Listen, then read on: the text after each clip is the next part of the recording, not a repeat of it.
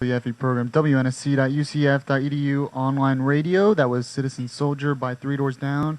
I sort of played that song just in support for all our soldiers out there. It's just my prayers are with the families of Fort Hood and with the victims. So I just played Obama's point of view on healthcare and his plan, and it's basically some of what the Pelosi plan is. I can't tell you all of what Pelosi's plan is because the bill that they're trying to pass in the House is almost 2,000 pages long. And like I said, I don't have all day. I mean, I'm not, even if I was a speed reader, it would still, I don't even have enough paper to print all that. But I wanted to give you the other side as well, and one of the best ways to give you the other side is Governor Bobby Jindal, Republican governor of Louisiana. He's really stepped up and been a leader in the Republican Party, and he makes a lot of good points. And despite what Mr. Grayson, our esteemed representative in Orlando, says, his plan is not to let people die and die quickly. Yeah, I don't hear any of that in this. So I'm going to play for you, and I'll comment on this as well. There are a couple of things I disagree in his plan as well, just to be fair. But his plan just makes more sense. There's not a bunch of requiring insurance companies to do this, requiring people to do that. There's not a bunch of creating a whole new market exchange, creating all new bureaucracies, creating a public option that we don't even have the money to pay for and that the insurance companies can't compete with. It's not fines if you don't have insurance. None of that. All he has is simple ideas to sort of give the insurance companies more options to compete, more options, maybe less regulations so they don't have to provide all these things like acupuncture in their premiums. And then they can lower their prices because they're not providing all this. A lot of reasons. I mean, one reason that insurance prices are so high is because, for one, they're taxed, but there's too many regulations on them. And then doctors pay, visiting the doctor and all these, tests and specialists, those prices are high. And like the hospital, those prices are high because Medicare, which is government health care, just not as much as Obama wants, but it's government health care for the elderly. Medicare, the government tells the doctor how much they're going to pay. So if the tests ends up costing more than what the government's paying, well, that's too bad. It has to go out of the doctor's pocket. Well, the doctor or the hospital, they're just going to charge other patients more since Medicare isn't covering the full prices. So that's a big reason why the prices are going up.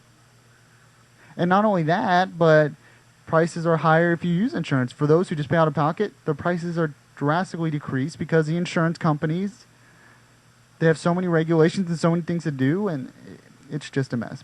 But I wanted to play for you Bobby Jindal's side here, and just, to give you both sides. And this is an interview on Fox News that he did. For the public option is gaining a lot of steam. Two top Democrats. That's Neil Cavito, Fox News Monday. The Finance Committee is expected to vote on it tomorrow. My next guest says that public option will kill lots of private sector jobs, and he's got a plan that will not. Bobby Jindal is the Republican governor of Louisiana. Governor, always good to have you. Thanks for coming. Neil, thank you for having me. All right. Now, a lot of folks are concerned that this public option ultimately becomes the only option and ultimately means the government is running everything. You have an alternative. What is it? Absolutely. Well, let's start, first of all, Neil, across this country, I think the debate's over. I think the American people have spoken loudly. They've said they don't want a government-run plan that increases their taxes, that increases government spending across the country. Our people are worried that government is spending too much money only in Washington, D.C., where they respond by creating a plan that could spend $900 billion more dollars. Across the country, people are worried about jobs and the economy in the greatest recession since the Great Depression. Only in Washington, they respond by saying, let's raise taxes on employers and families. Across the country, our people are worried about the rising cost of health care, the inaffordability of health care. Only in Washington, they respond by proposing taxes on health insurance, on medical devices, on medical products. Look, the reality is the American people don't want this big Pelosi plan that government take over our health care. But there is an opportunity to get bipartisan reforms done. Nobody's defending the status quo. As Republicans, we can't just be the party of no. There's several things. If they would scrap these massive government plans, there's several things we could agree on in a bipartisan way. For example, Let's make health insurance portable across jobs, across state lines. People are more mobile now, more than ever before. You shouldn't have to lose your coverage because you switch jobs or you move across state lines. Secondly, let's require insurance companies to cover pre-existing conditions. It makes no sense See, that all it's he's harder to doing get here, insurance when you most all he's need doing it, here when you is have a just sick child, getting rid of sick some of those relative, or you regulations yourself that get are sick. sort of Third, if we're serious about driving down the cost chaining of up healthcare, the let's insurance address the cost of defensive medicine. Frivolous lawsuits, one study says, could cost as much as $100 billion a year. I think it's telling. Neither of these plans really have significant reforms. Fourth, I agree with the president. Let's have electronic patient records that could drive down the cost of care, improve quality.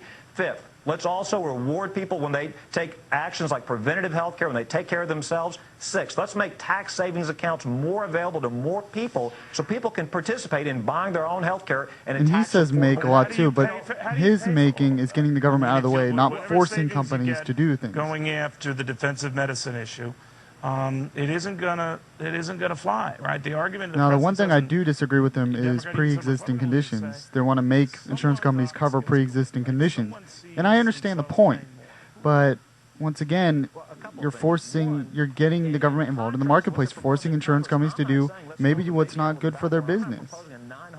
And that's not what Liberty's about.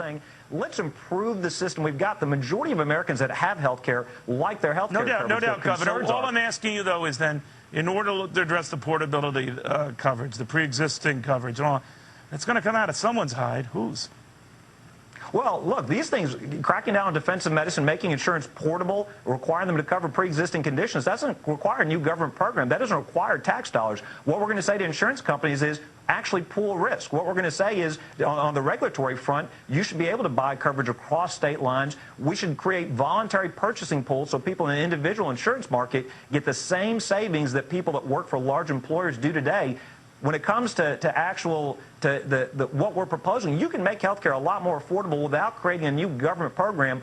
Let's not buy into this Washington mindset. The only way to solve healthcare is to spend more government money or to increase government taxes. One of the ways I think we can redirect existing government money, both the House, the Senate plans, they want to expand Medicaid, expand government-run plans. Which are Why not take some of the money we're spending on DISH, the disproportionate share program, on Medicaid, and help people through refundable tax credits actually afford their health care? Working Americans that can't afford health care today, instead of just running and expanding government-run programs, make it more affordable for them to access the private insurance market. But my bottom line is, we don't need, the American people aren't clamoring for a huge government program requiring taxes, requiring hundreds of billions of dollars. Let's fix the insurance marketplace that we've got today. Let's make it more Governor, efficient, what always comes up, I'm sorry, sir, but what comes up in this, in the attack from liberals to a plan like yours, would be, what about the uninsured? What about, they say 46 million, I'm sure it's not even near that, but be that as it may, they say there's nothing in that plan. It's more like 12 to cover those who don't have coverage now. What do you say? Well, a couple of things. Actually, you make health care more affordable, people will be able to buy their health care. If you really want to help the uninsured, let's get the economy growing and let's create good-paying jobs so they can Thank afford you. You private notice how the coverage. Obama administration isn't even addressing the unemployment right now anymore. They're so focused on healthcare, they're not even addressing it.